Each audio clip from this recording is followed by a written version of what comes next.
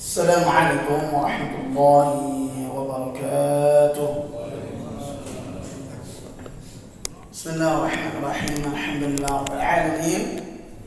Wassalatu wassalamu ala sayyidil mursalin nabiyyina Muhammadin wa ala alihi wa sahbihi ajma'in. Amma ba'd.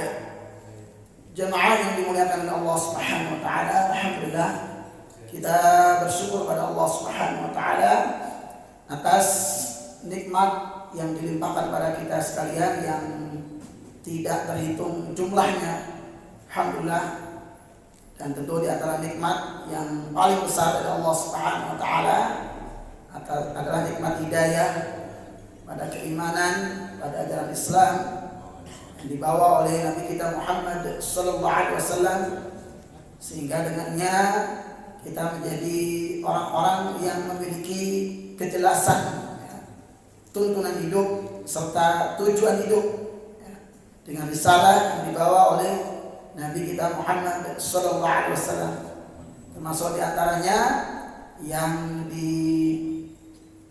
disampaikan oleh Rasulullah SAW kepada kita adalah Al-Quran Al-Karim yang diturunkan oleh Allah Subhanahu wa taala melalui perantara malaikat Jibril, di mana Al-Quran Al-Karim ini mulai dari sisi lafadznya, cara bacanya, itu semua bersumber langsung dari Allah Subhanahu wa ta'ala. Termasuk juga pemahamannya sebagaimana firman Allah di dalam surat Al-Qiyamah, di mana ketika Rasulullah SAW khawatir tidak bisa menguasai atau menghafal wahyu yang disampaikan oleh malaikat Jibril alaihissalam, lalu beliau terburu-buru untuk kemudian mengikuti apa yang disampaikan oleh malaikat Jibril sebelum selesai disampaikan. Maka Allah Subhanahu wa taala mengingatkan, menegur Rasulullah SAW dalam firman-Nya, la tuharrik bihi lisanaka lita'ajjala bihi. Janganlah engkau gerak-gerakkan lisanmu untuk terburu-buru terhadapnya, ya, terburu-buru mengikuti bacaan Al-Quran yang disampaikan oleh malaikat Jibril alaihissalam. Lalu Allah Subhanahu wa taala tegaskan, inna alaina jam'ahu wa qur'anah. Sesungguhnya atas kami, artinya tanggung jawab Allah Subhanahu wa taala untuk mengumpulkan Quran itu di dadamu, wa qur'anah, dan membacakannya. Fa idza qara'nahu fattabi' qur'anah. Apabila telah kami bacakan Quran itu, maka ikutilah bacaan tersebut. Di mana di ayat ini Allah Subhanahu wa taala menjamin pada Rasulullah SAW bahwasanya Allah lah yang akan menjadikan Rasulullah SAW itu dapat langsung menguasai Al-Quran Al-Karim, menghafal di dadanya dan membacakannya. Lalu kata Allah juga jaminan dari Allah Subhanahu wa taala pada Rasulullah SAW di ayat berikutnya, "Tsumma inna 'alaina bayanah." Kemudian atas kami pula penjelasannya, sehingga ketika wahyu disampaikan, Rasulullah SAW diberikan kefahaman oleh Allah Subhanahu wa taala sebagaimana yang dikehendaki oleh Allah Subhanahu wa taala. Di mana dalam tafsir Mukatsir ayat-ayat ini dijelaskan setidaknya ada 3 hal yang ditanggung, dijamin oleh Allah Subhanahu wa taala pada Rasulullah SAW, mulai menghafal di dadanya, jadi langsung Quran itu di dada Rasulullah SAW, kemudian juga bacaannya, sehingga kemudian cara bacanya pun Rasulullah SAW dapat langsung mengikuti sebagaimana bacaan yang disampaikan oleh malaikat Jibril alaihissalam. Sehingga memang sifat bacaan Al-Quran itu adalah sifatnya mengikuti wahyu atau tauqifi. Jadi cara baca Al-Quran itu mulai dari makhrajnya, tajwidnya, panjang pendeknya, semua itu adalah sumbernya dari wahyu. Sehingga ketika kita membaca Al-Quran Al-Karim, ya hanya mengikuti contoh. Jadi tidak boleh ngarang, tidak boleh kita membaca sekehendak kita. Karena Rasulullah SAW pun dalam ayat tadi oleh Allah Subhanahu wa taala diperintahkan hanya ikuti contoh. Fa idza qara'nahu fattabi' qur'ana. Dalam tafsir Mukatsir disebutkan, idza qara'ata 'alaika Rasuluna faqra kama aqra'aka. Jika telah dibacakan kepada Al-Quran oleh utusan kami, yaitu malaikat Jibril alaihissalam, maka bacalah sebagaimana malaikat Jibril membacakan kepadamu. Artinya Rasulullah SAW pun hanya diperintahkan mengikuti contoh bacaan itu. Disitulah kita penting untuk mempelajari bertalaki langsung dengan itu. Lalu kemudian yang ketiga yang dijamin oleh Allah Subhanahu wa taala adalah pemahamannya. Ini pada Rasulullah SAW yang dijamin langsung oleh Allah Subhanahu wa taala. Namun terhadap kita, umatnya, orang-orang beriman, Allah jamin kemudahannya. Jadi kalau Rasulullah SAW langsung ditanggung oleh Allah Subhanahu wa taala, dijamin langsung menguasainya secara hafalan, bacaan dan pemahaman. Tetapi kalau bagi umatnya, kita semua ini, Allah jamin kemudahannya, dijamin mudah, tapi tetap ada syaratnya, di mana Allah firmankan di dalam surat Al-Qamar yang lafaz ini diulang sebanyak 4 kali dengan redaksi yang sama persis. Wa laqad yassarna al-Qur'ana lidzikri fahal min muddakir. Dan sungguh Al-Quran itu telah kami mudahkan untuk pelajaran, fa'al min muddakir. Maka adakah yang mau mempelajarinya? Jadi sekali lagi, kalau kita tetap ada jaminan dari Allah Subhanahu wa taala, tapi jaminan kemudahan dengan satu syarat mempelajarinya. Ada proses mempelajarinya. Sebagaimana juga dijelaskan dalam tafsir Al-Muyassar tentang ayat ini, makna ringkas dari ayat ini, ay sahalna lafdzal Qur'an lit-tilawah wal hifdz wa ma'anihi lil fahm wat tadabbur. Maksudnya adalah kami mudahkan lafaz Al-Quran, bacaan Al-Quran itu Allah mudahkan sehingga mudah dibaca, membacanya dengan baik dan benar itu mudah, juga mudah untuk dihafal. Juga kami mudahkan makna-maknanya sehingga juga mudah untuk difahami dan ditadabburi. Jadi 3 hal juga sama ya. Jadi bacaan, hafalan, pemahaman. Bedanya kalau dengan Rasulullah SAW itu Allah langsung menjamin penguasaannya. Tapi kalau pada umatnya Allah menjamin kemudahannya. Sekali lagi Allah jamin kemudahannya dengan satu syarat, fahal min muddakir. Adakah yang mempelajarinya? Maka tentu di antara ittiba' kita pada Rasulullah SAW adalah mencontoh bagaimana interaksi beliau dengan Al-Quran Al-Karim, baik dari sisi bacaannya, tadabburnya, juga pengamalannya. Jangan sampai kita kemudian mengatakan kita wajib mengikuti Rasulullah SAW, tapi ternyata bacaan Quran kita tidak mencontoh sebagaimana yang diajarkan oleh Rasulullah SAW, yaitu dengan kita tidak belajar tajwid dengan baik, bacaan yang baik dan benar sebagaimana Al-Quran itu diturunkan. Karena bacaan Quran itu sifatnya tauqifi. Nah, termasuk secara pemahaman, makanya kemudian kita dibantu oleh para ulama ya, dengan kitab-kitab tafsirnya yang diantaranya tafsir Al-Kathir ini disebut tafsir Al-Ma'thur, yang kemudian menjelaskan ayat-ayat Al-Quran dengan hadis-hadis Rasulullah SAW maupun perkataan sahabat, tabi'in dan para ulama. Jadi atau ayat Al-Quran dengan ayat Al-Quran yang lain, sehingga disebut sebagai dengan tafsir bil ma'thur atau tafsir bil riwayah. Saya jemaah Allah Subhanahu wa taala, ini sebagai prolog sedikit melanjutkan kajian kita di tafsir Ibnu Katsir surat Yunus ayat 30. Ya, terakhir sudah kita bahas ayat 30, di mana pembahasan terakhir terkait fenomena di yaumul qiyamah kelak, yang mana nanti apa-apa yang dipersekutukan itu di akhirat kelak akan berlepas diri dari orang-orang yang mempersekutukannya. Jadi apa yang disembah di dunia, bahkan mungkin yang disembah tidak merasa sehingga dia berlepas diri, sebagaimana disebut dalam ayat 29, fakafa billahi syahidan bainana wa bainakum in kunna 'an ibadatikum laghafilin. Maka cukuplah Allah sebagai saksi antara kami dan kalian bahwasanya kami enggak tahu menahu soal aktivitas ibadah kalian pada kami. Jadi berlepas diri. Termasuk yang sudah kita bahas sebelumnya, di mana nanti di akhirat ya setiap orang akan sibuk dengan dirinya masing-masing. Setiap orang akan berlepas diri dari yang lainnya, termasuk antara orang yang mengajak kepada kemaksiatan juga berlepas diri dari yang diajak atau ikut-ikutan dengannya. Pemimpin berlepas diri dari rakyatnya, pemimpin yang menyesatkan akan berlepas diri juga dari orang-orang yang mengikutinya. Demikian juga menyalahkan kondisi, keadaan, lingkungan juga tidak dapat menjadi uzur di hadapan Allah Subhanahu wa taala.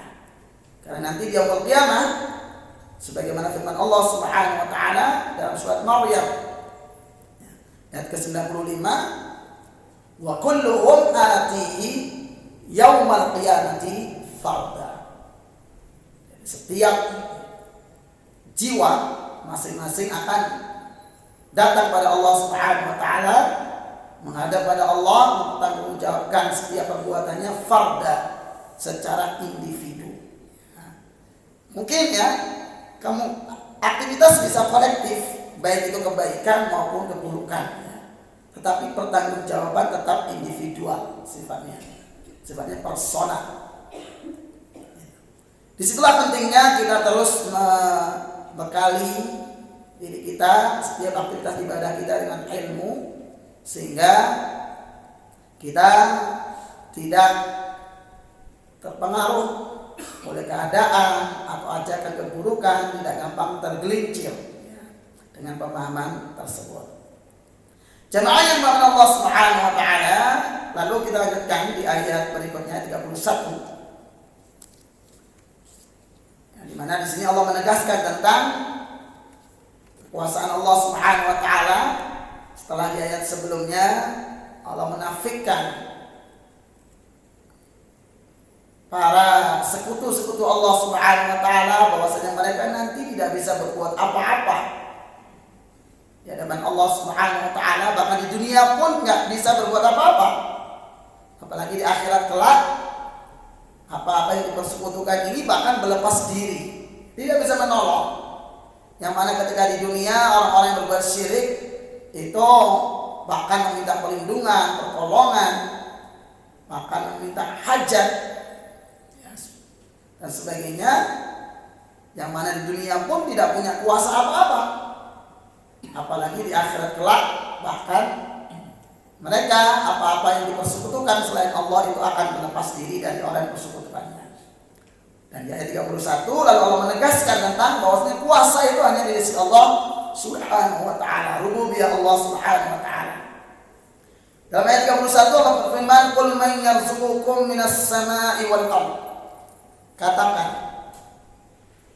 siapakah yang memberikan rezeki kepada kalian minas sama'i, dari langit, wal ardi, dan bumi. Amman yamlikus sam'a wal absar, atau siapakah yang memiliki pendengaran dan penglihatan, artinya yang memberikan, yang berkuasa memberikan pendengaran dan penglihatan. Wa may yukhrijul hayya minal mayyitin, dan siapakah yang mengeluarkan yang hidup dari yang mati. Wa yukhrijul mayyita minal hayyi, dan mengeluarkan yang mati dari yang hidup. Wa may yudabbirul amr, dan siapakah yang mengatur segala urusan. Fasayaquluna Allah, maka niscaya mereka akan berkata Allah. Faqul afala tattaqun, maka katakanlah, tidakkah kalian bertakwa, atau kenapa kalian tidak bertakwa? Jemaah Allah Subhanahu wa taala, jadi ini menegaskan sebetulnya yang semisal dengan ayat ini sudah banyak disebut sebelumnya, tapi ini menguatkan yang pertama tentang kekuasaan Allah Subhanahu wa taala, bahwasanya Allah lah sang pemberi rizki. Allah lah sesungguhnya hakikat pemberi rezeki itu, di mana tidak ada yang bisa memberikannya kecuali Allah Subhanahu wa ta'ala. Tidak ada yang bisa meraihnya kalau Allah menahannya. Sebagaimana firman Allah Subhanahu wa ta'ala yang pernah kita bahas di pembahasan sebelumnya, yaitu surat Al-Mulk ayat 21. Allah berfirman, "Amman hadzal ladzi yarzuqukum in amsaka rizqah." Maka siapakah yang bisa memberikan rezeki pada kalian jika Allah menahannya? Artinya mau kita jungkir balik kayak apapun, mau kita punya skill sehebat apapun, ide secemerlang apapun, kalau Allah tahan ya Allah tahan aja, nggak ada yang bisa memberi. Makanya dengan pemahaman semacam ini tentu bagian dari tauhid kita pada Allah Subhanahu wa ta'ala yang harus terus kita jaga dalam diri kita, agar apa? Kita tidak ujub dengan jerih payah kita, tidak ujub dengan ikhtiar kita. Bahwa ikhtiar itu adalah kewajiban, itu memang harus kita lakukan, adalah kewajiban syariat. Tapi kemudian menisbatkan rezeki itu pada pekerjaan kita, pada ikhtiar kita, ini yang kemudian menyelisih tauhid. Itu bedakan antara keyakinan kita rezeki adalah dari Allah Subhanahu wa ta'ala dengan kewajiban kita berikhtiar. Kalau kewajiban berikhtiar, berusaha maksimal, ini jelas kewajiban syariat yang memang kita diperintahkan untuk melakukan sebab, untuk berusaha. Tetapi tentu ini jangan sampai lalu melupakan prinsip bahwasanya rezeki itu adalah dari Allah Subhanahu wa ta'ala semata. Sehingga kita tidak merasa ini berkat jerih payah saya, sebagaimana kita bahas di pembahasan Surat Yunus di ayat sebelumnya ya. Orang ketika susah dia mohon pada Allah, pas ketika berhasil bilangnya ini berkat kehebatan saya, berkat ilmu saya.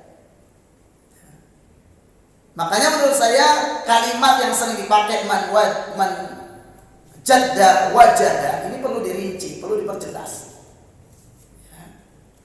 Orang siapa yang kan kalimatnya menjadda wajada, siapa yang bersungguh-sungguh maka dia akan berhasil atau mendapatkan hasil. Tapi kalau Allah nggak berkehendak, mau apa kita? Mau kita jungkir balik? Mau kayak apa? Allah nggak berkehendak, mau apa? Kata Allah, "Amman hadzal ladzi yarzuqukum in amsaka rizqah." Siapakah yang bisa memberikan rezeki pada kalian kalau Allah menahannya? Allah menahan rezeki itu.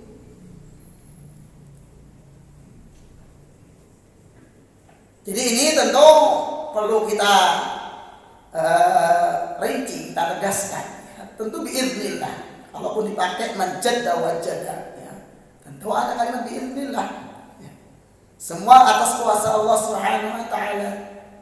Atau kita tambahi lafadznya menjadda insyaallah wajada. Ada insyaallah. Ya wajada aja. Menjadda siapa yang sungguh-sungguh insyaallah jika Allah berkehendak wajada dia akan berhasil. Tetap semua terikat dengan kehendak Allah Subhanahu wa ta'ala. Kenapa ini penting untuk terlalu kita tanamkan pada diri kita? Ya, ini karena ini prinsip tauhid jelas ya, karena ini tauhid rububiyah. Di antara konsekuensi dari tauhid rububiyah ya adalah meyakini Allah sebagai pencipta, pemberi rezeki, pengatur, sebagainya disebut semua di ayat ini ayat 31. Sini Allah yang menciptakan, Allah yang memberi rezeki, Allah yang mengatur segala sesuatu. Dan ini kemudian juga berdampak agar kita tidak ujub dengan ikhtiar kita.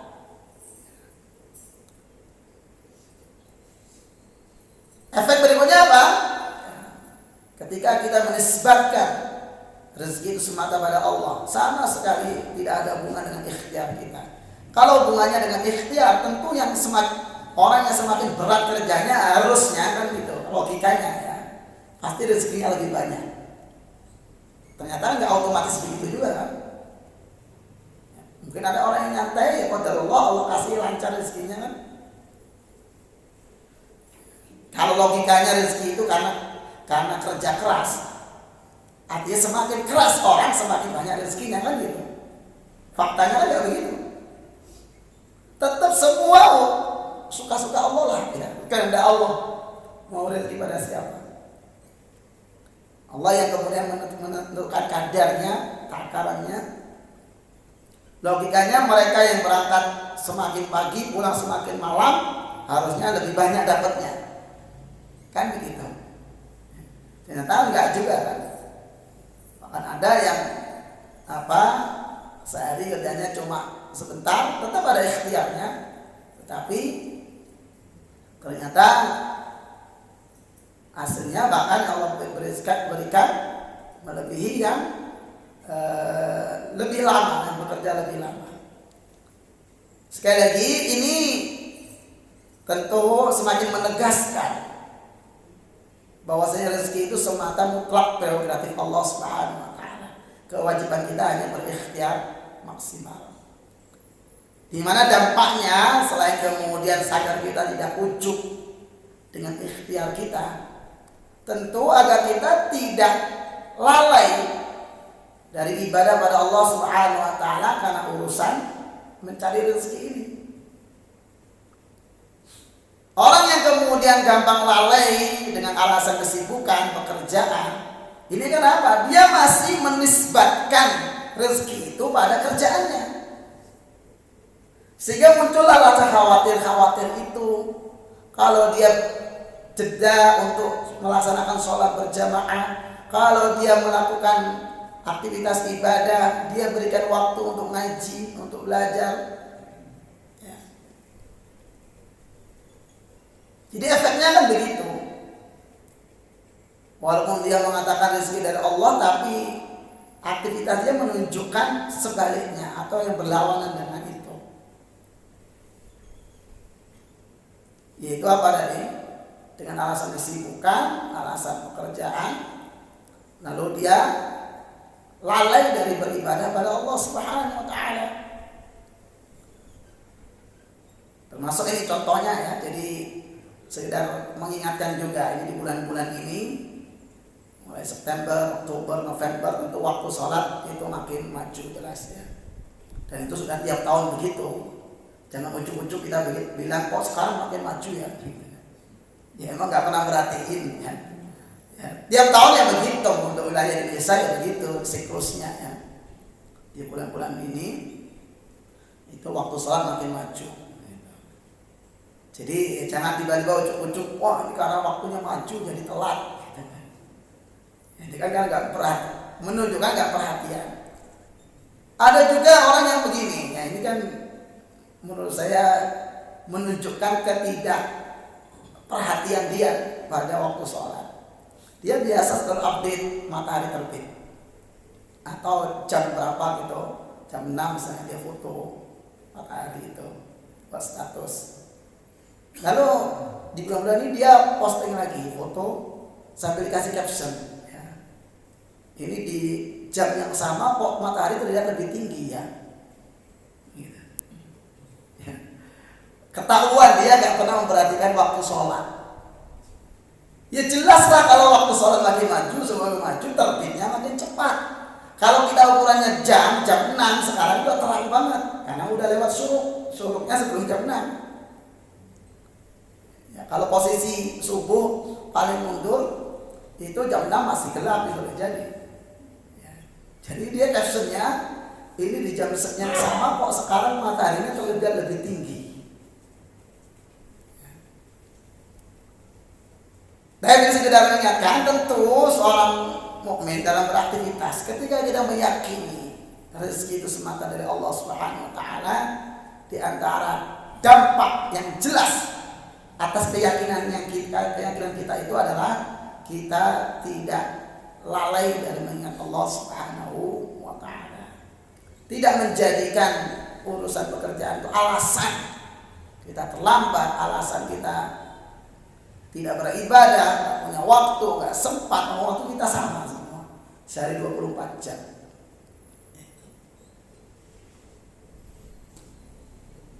Jadi ini karena apa? Kita kita meyakini bahwasannya tidak ada pemberi rezeki kecuali Allah Subhanahu wa taala. Ayat ini qul man yarzuqukum minas samai wal ardh. Siapakah yang memberikan rezeki pada kalian dari langit maupun bumi? Bahkan di ayat ini sebenarnya konteksnya pertanyaan ini kepada orang-orang yang mempersekutukan Allah. Orang-orang kafir, bahkan orang-orang musyrik. Mereka ketika ditanya tentang ini, mereka pun akan menjawab fasayaquluna Allah. Mereka menjawab Allah. Artinya secara fitrah manusia, bahkan orang musyrik pun meyakini bahwasanya yang pemberi rezeki itu adalah Allah Subhanahu wa taala. Tapi secara praktek kadang menunjukkan yang berlawanan dengannya. Bahkan kalau di sini kan mereka bahkan mempersekutukan Allah Subhanahu wa taala. Memohon, meminta pada selain Allah. Padahal kalau ditanya yang beri rezeki siapa? Allah. Ini orang musyrik ya konteksnya. Termasuk konteks orang-orang beriman tadi. Kalau ditanya siapa yang beri rezeki, ya kita semua fitrah kita mengatakan Allah Subhanahu wa taala. Tapi secara praktek kadang menunjukkan hal yang berlawanan. Dengan apa? Rasa galau tadi ya. Kalau kemudian kita sempatkan waktunya untuk ibadah kita, untuk urusan agama kita, itu kayak takut berkurang rezekinya. Ya, kalau Allah bilang, Allah katakan enggak ya enggak. Ya, sebagaimana ada doa maghfur yang disunahkan juga kita baca setiap ada sholat. Ya Allahumma la mani'a lima a'taita wa la mu'tiya lima mana'ta. Ya Allah, la mani'a lima a'taita, tidak ada yang bisa menghalangi, mencegah apa yang kau berikan. Wa la mu'tiya lima mana'ta, dan tidak ada yang bisa memberikan kalau Allah mencegah kebalikannya. Kalau Allah ngasih mau dihalangi kayak apapun, ya tetap tidak ada yang bisa mencegah. Tapi sebaliknya, kalau Allah yang menghalangi, mau dikejar kayak apapun, ya tetap enggak dapat. Ya tetap enggak akan ada yang bisa memberikan itu. Dalam urusan pekerjaan kita mungkin takut, wah ini kalau misalnya buka toko atau warung misalnya, waktu sholat kalau tutup ntar ada yang datang di mana. Ternyata nggak ada yang datang juga, ya kita nggak bisa maksa juga. Gitu. Kayaknya kalau tutup ntar takut ntar kalau ada yang mau datang sayang nih. Yang menggerakkan orang untuk datang itu kan juga Allah Subhanahu wa taala. Saya masih teringat, ya ini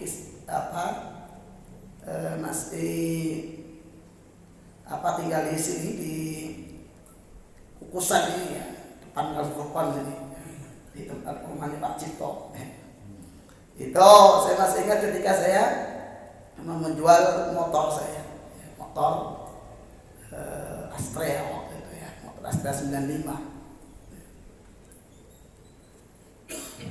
Jadi walaupun itu belum sempat saya iklankan, hanya sempat ngomong aja mau saya jual, ya, tapi mungkin sudah omongan itu sudah nyebar.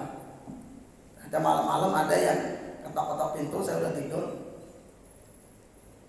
Ya karena sudah tidur, ya saya bukain. Tapi besok datang lagi habis maghrib, saya masih ingat ya, habis maghrib. Maghrib datang, ternyata yang tadi malam datang untuk mau membeli motor itu. Kemudian masih pembicaraan tawar-menawar, ada isya.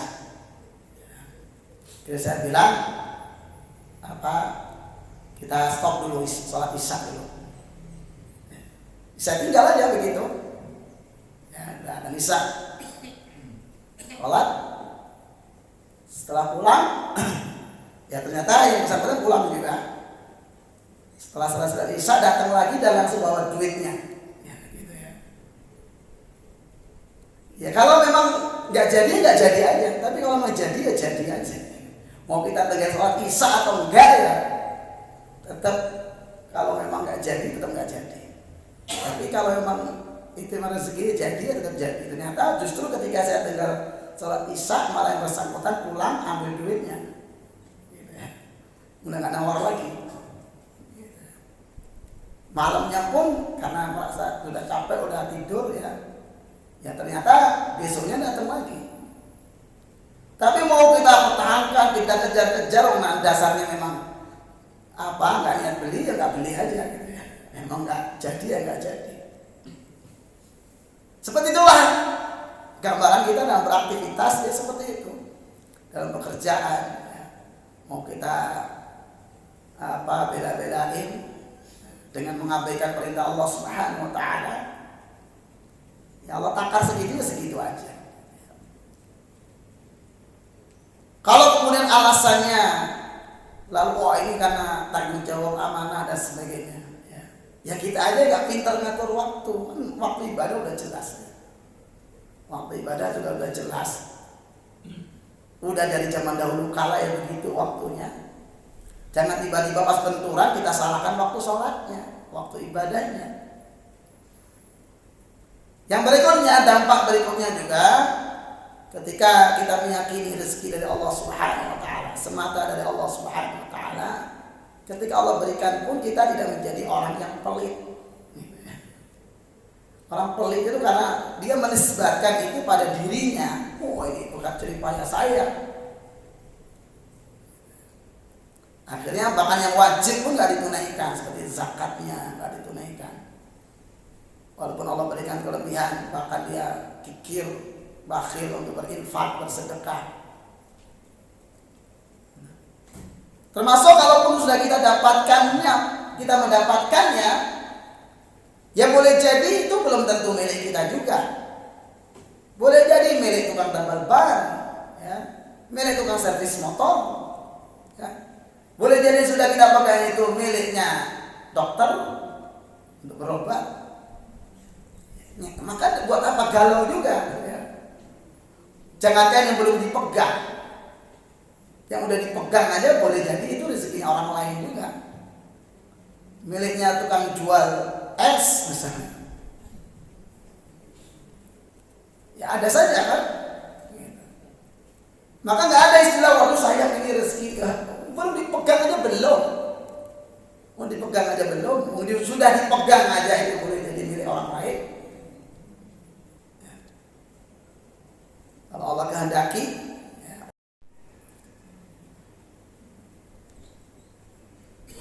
Itu gambarnya. Kita semua pasti merasakan itu. Bahkan uang yang sudah kita pegang pun itu boleh jadi tidak sepenuhnya milik kita. Ya.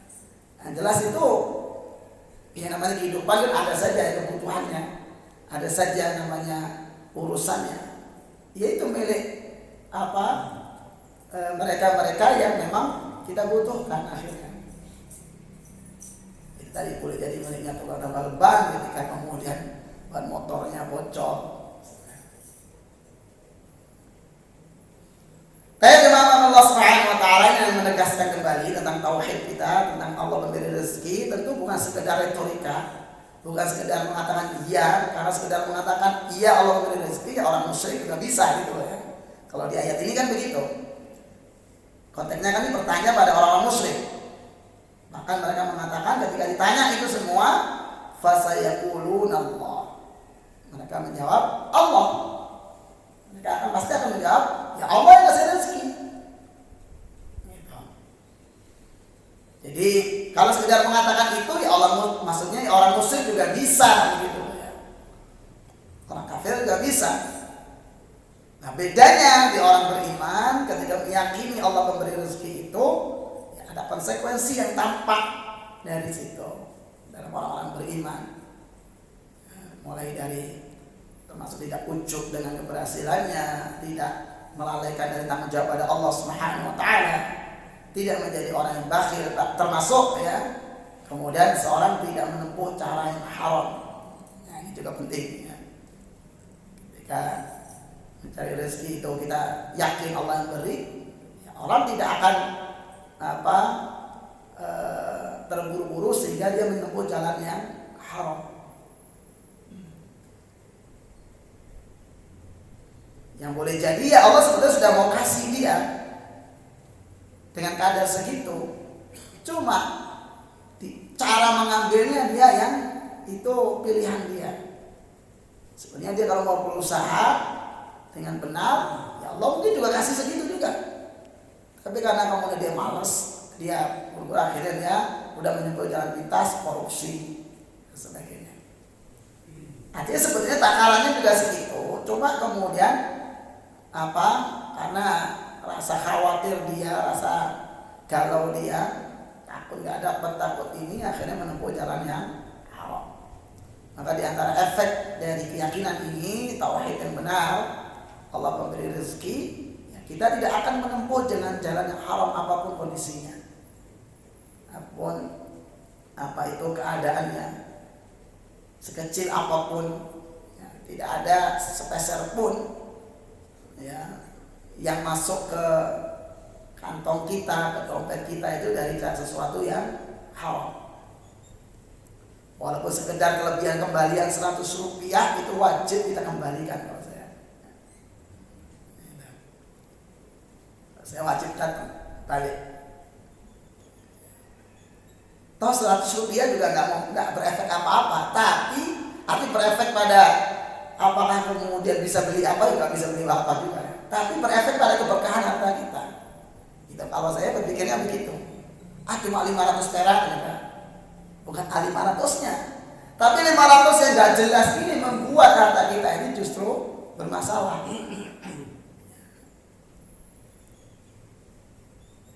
Sebagaimana ada pepatah, gara-gara nila setitik rusak susu sebelah. Cuma dikit gitu ya. Saya ada nasi satu tumpeng gitu ya. Nasi banyak. Tapi ada satu tai ayam dikit aja.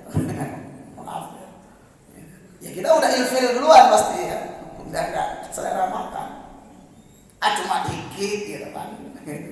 Dikit tetap akan menjadikan kita udah enggak selera. Itu juga harta. Jangan melihat dikitnya. Tapi ini buat harta kita jadi masalah. Jadi tidak berkah juga. Hanya karena sedikit itu yang tidak halal bagi kita. Saya jemaah Allah Subhanahu wa taala, ini poin awal yang disebut may yarzuqukum minas sama'i wal ard. Ya. Hanya menegaskan tentang itu, di mana tentu secara keyakinan kita yakin iya betul, tapi apakah itu tampak pada prakteknya atau tidak. Kalau betul-betul meyakini itu, tentu akan ada dampak-dampak yang sudah kita sebut tadi ya. Dampak-dampak real yang jelas. Lalu berikutnya kata Allah, amman yamlikus sam'a wal absar. Dan siapakah juga ya memiliki atau yang memberikan pendengaran atau juga penglihatan. Di mana Allah Subhanahu wa taala juga yang berkuasa menjadikan kita bisa mendengar, bisa melihat. Sebagaimana Allah sebutkan juga dalam surah An-Nahl ya. Wallahu akhrajakum min butuni ummahatikum. Dialah Allah yang mengeluarkan kalian dari perut ibu-ibu kalian. La ta'lamuna syai'a, di mana saat keluar itu kita enggak tahu apa-apa, bayi. Lalu Allah wa ja'ala lakum as-sam'a wal absar wal af'idah. Allah menjadikan bagi kalian pendengaran, penglihatan, wal af'idah dan hati. La'allakum tashkurun, agar kalian bersyukur. Ya. Jadi Allah yang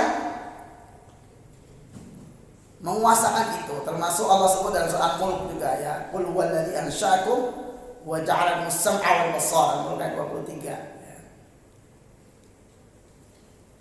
Tapi sedikit ada sisi lain yang perlu kita perhatikan, kita cermati ketika Allah menjelaskan tentang Allah menyebut pendengaran lalu penglihatan. Seperti tadi surah An-Nahl ya. Allah akhrajakum min butuni ummahatikum la ta'lamuna syai'an wa ja'ala as-sam'a wal basara wal af'idah. Ada disebut 3 berurutan, selalu biasanya pendengaran, penglihatan, afidah. Ya, hati.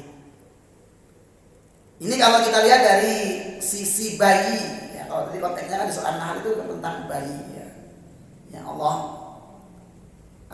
jadikan mulai dari pendengaran, penglihatan, hati.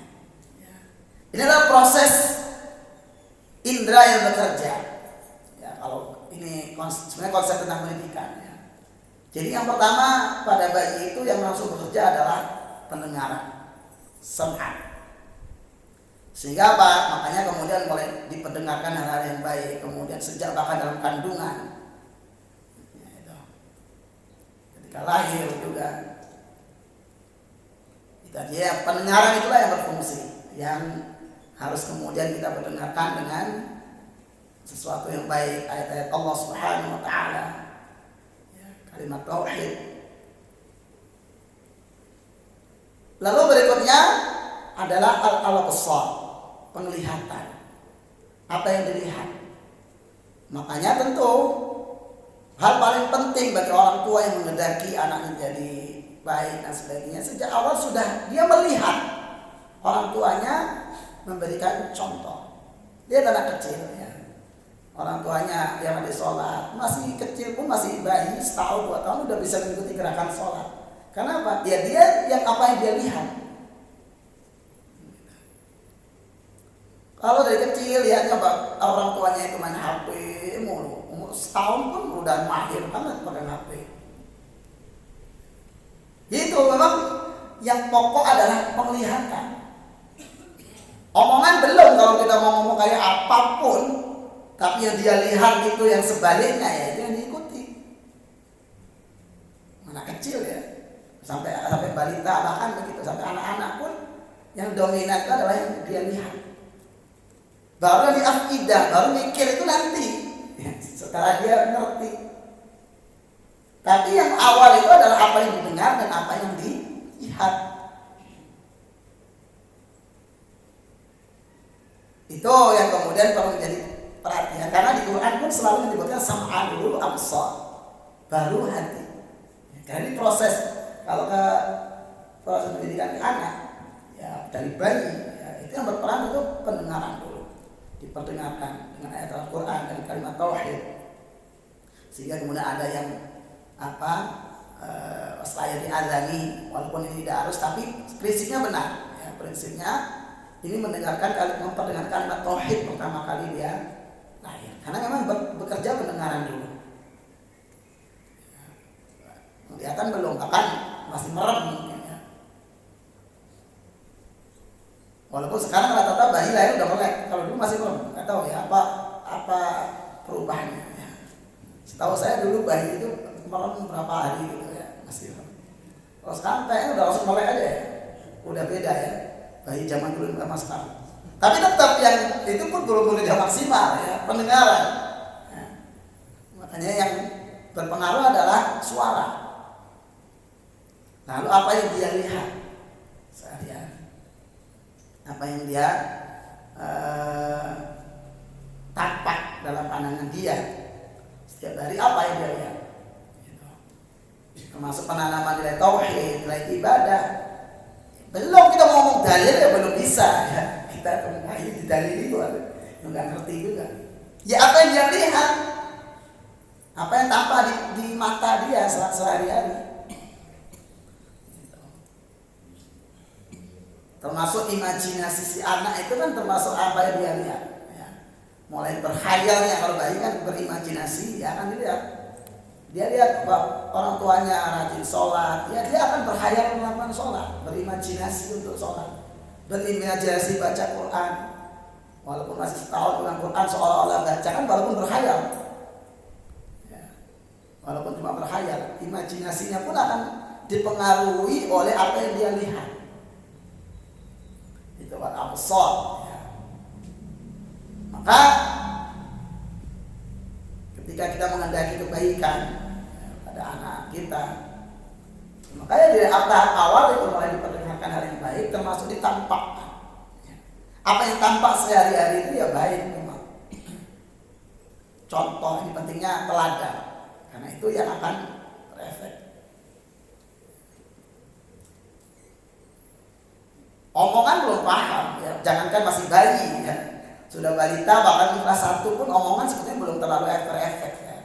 karena kemampuan mencerna omongan masih belum matang. Sebab kalau masih kecil ya kita terlalu banyak omong ya. Yang diikuti itu bukan omongannya, tapi cerewetnya. Yang ada ikut cerewet ya.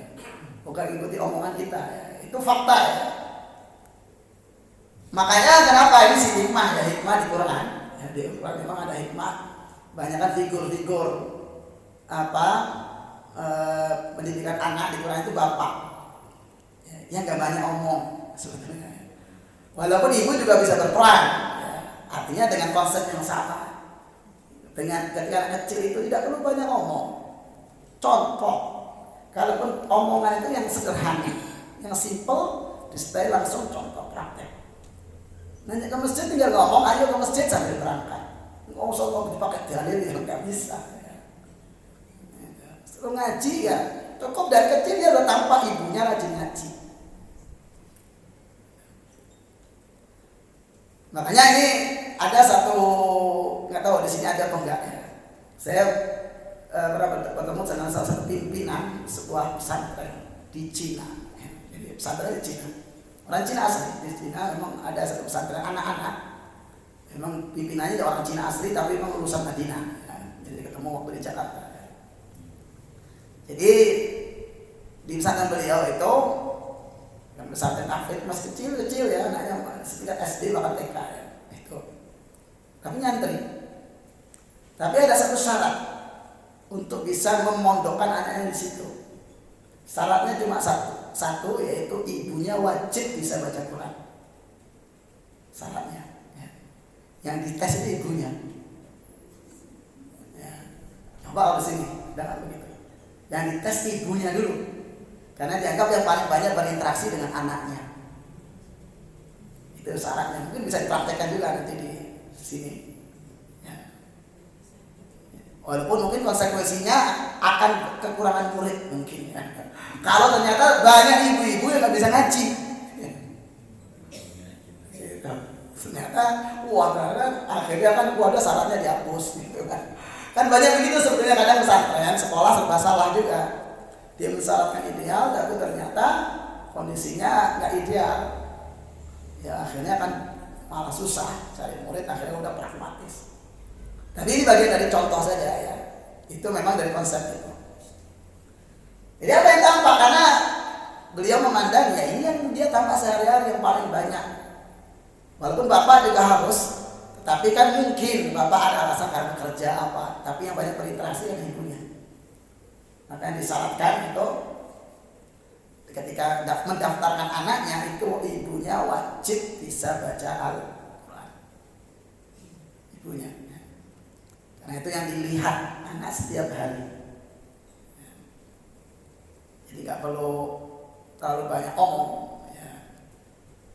Kemudian berdalih ini walaupun analisa ini nggak walau masih ada juga yang mempermasalahkan apakah ini dasarnya apa yang misalnya perempuan itu karena ya wajar perempuan karena perempuan itu kan jatah ngomong sehari itu 20.000 kata misalnya gitu ya. Walau itu penelitian dari mana, apakah bisa diterima enggak? Kalaupun iya, kalau saya agak percaya saya dengan hasil itu misalnya ya. Walaupun ada juga yang membantah itu ya.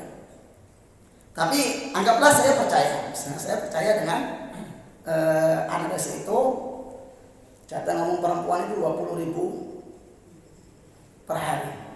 Kan 20.000 itu nggak mesti dibuat gosip juga kan Bu? Nggak mesti dibuat ngomel juga kan? Kan bisa juga buat baca Quran kan? 20.000 itu kan bisa juga buat zikir kan? Gitu. Buat misi pengajian juga bisa kan? Kalau ada ilmunya. Kalaupun saya terima nih ya konsep 20.000 kata per hari.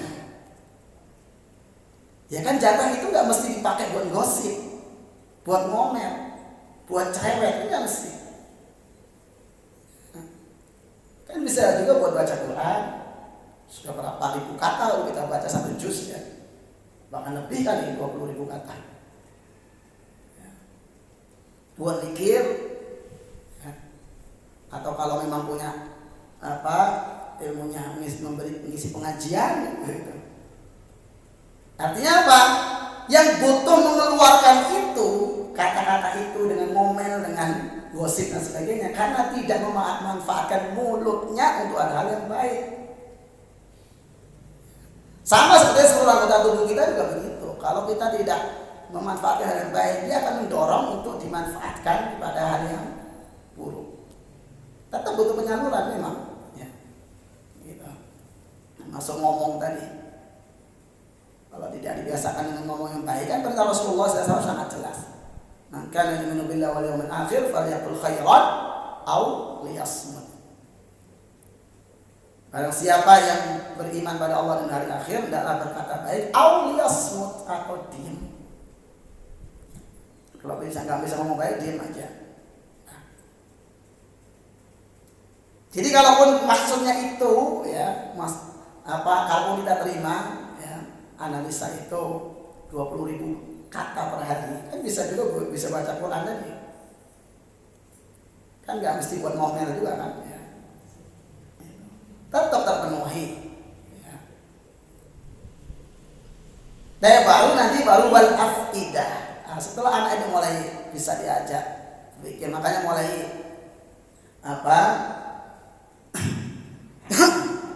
ketika anak itu mulai tumbuh, mulailah diberikan pemahaman sederhana, ya.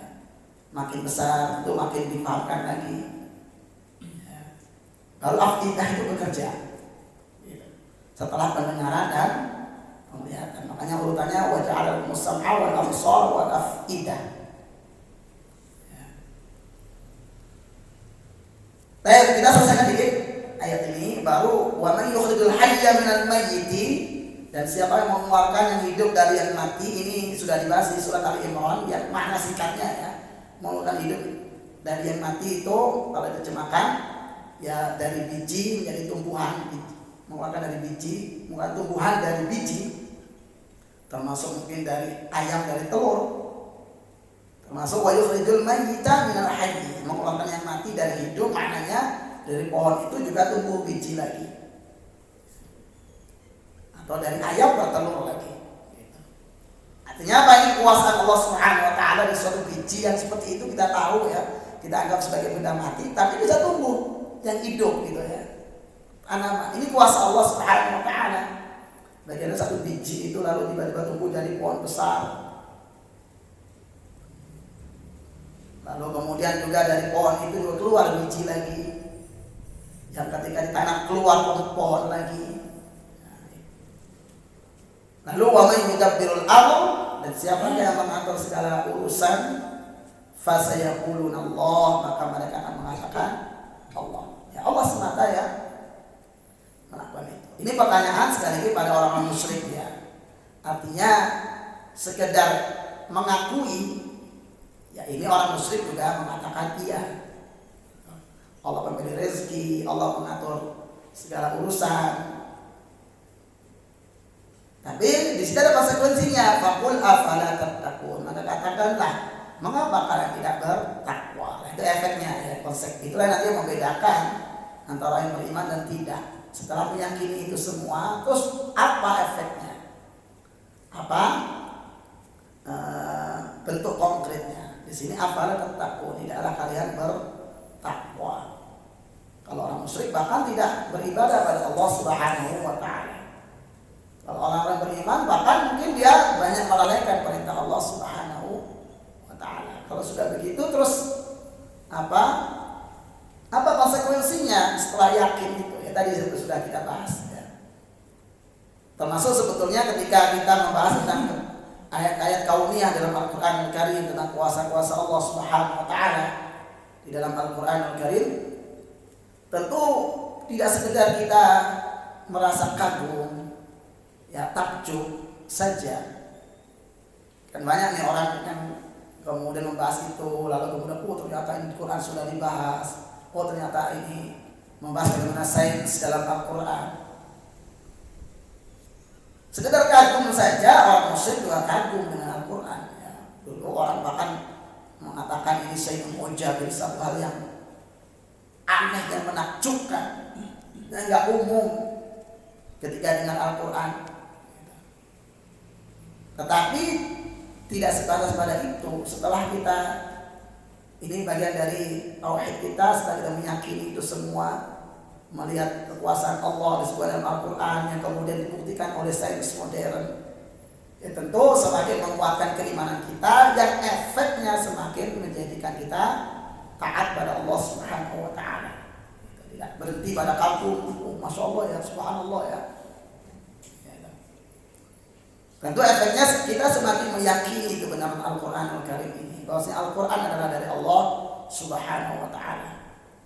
Lalu dengan kita yakin, dengan kita memahami ini adalah dari Allah Subhanahu wa Ta'ala, maka ya kita kembali ke tujuan Allah Subhanahu wa Ta'ala menyebutkan hal-hal ini semua, yaitu semakin agar kita semakin bertakwa pada Allah Subhanahu wa Ta'ala. Maka kemudian ditegaskan di ayat 32-nya, fadzalikumullahu rabbul haqq. Ini goalnya di sini ya. Maka itulah Allah Rabb kalian yang hak. Setelah kalian menjawab ditanya itu semua, siapa ngasih rezeki, mengatur segala urusan, memberikan penglihatan, pendengaran dan sebagainya, menjawab Allah, lah itulah Tuhan kalian yang benar. Fadzalikumullahu rabbul haqq. Famada ba'dal haqqi illa dhalal. Maka apakah setelah kebaikan kecuali kesesatan? Artinya kalau kita udah yakin ini Tuhan Rabb yang benar, artinya selain itu adalah kesesatan. Famada ba'dal haqqi illa dhalal. Maka adakah setelah kebenaran? Kalau kita yakin ini kebenaran, maka ya kalau kita memilih ini, maka pilihannya adalah kesesatan. Illa dhalal. Fa'anna tusrafun. Lalu bagaimana kalian dipalingkan? Itu yang amat Allah Subhanahu wa Ta'ala kajian kita pada kesempatan kali ini sampai ayat 32 surat Yunus. Karena memang surat-surat ini yang diawali alif lam ra atau sering disebut surat Dawatul Ra'at ya, surat yang ada rohnya, maksudnya itu diawali alif lam ra nanti sampai nanti ada mulai surat Yunus, Hud, Yusuf, lalu surat Ar-Ra'd ya, lalu surat Ibrahim dan Al-Hijr, Al-Hijr nanti alif lam ra. Hanya satu di Ar-Ra'd itu ada tambahan alif lam mim ra. Ini memang lebih banyak berisi kali tentang tauhid, lebih khusus di antara hikmahnya itu adalah menguatkan, meneguhkan Rasulullah SAW. Sebagaimana nanti disebut di akhir surat Hud, wa kullan naqussu 'alaika min anba'ir rusuli ma nuthabbitu bihi fu'adak. Itu nanti akhir surat Hud, satu surat lagi ya. Dan semua kami kisahkan itu kepadamu untuk meneguhkan hatimu, ma nuthabbitu bihi fu'adak. Jadi meneguhkan dakwah Rasulullah SAW, tentu juga ibrahnya buat kita umatnya, kaum muslimin, umat Nabi Muhammad sallallahu alaihi wasallam. Demikian jemaah Allah Subhanahu wa taala, kita cukupkan subhanallah wa bihamdik, asyhadu an la ilaha illa anta, astaghfiruka wa atubu ilaik. Assalamualaikum warahmatullahi wabarakatuh.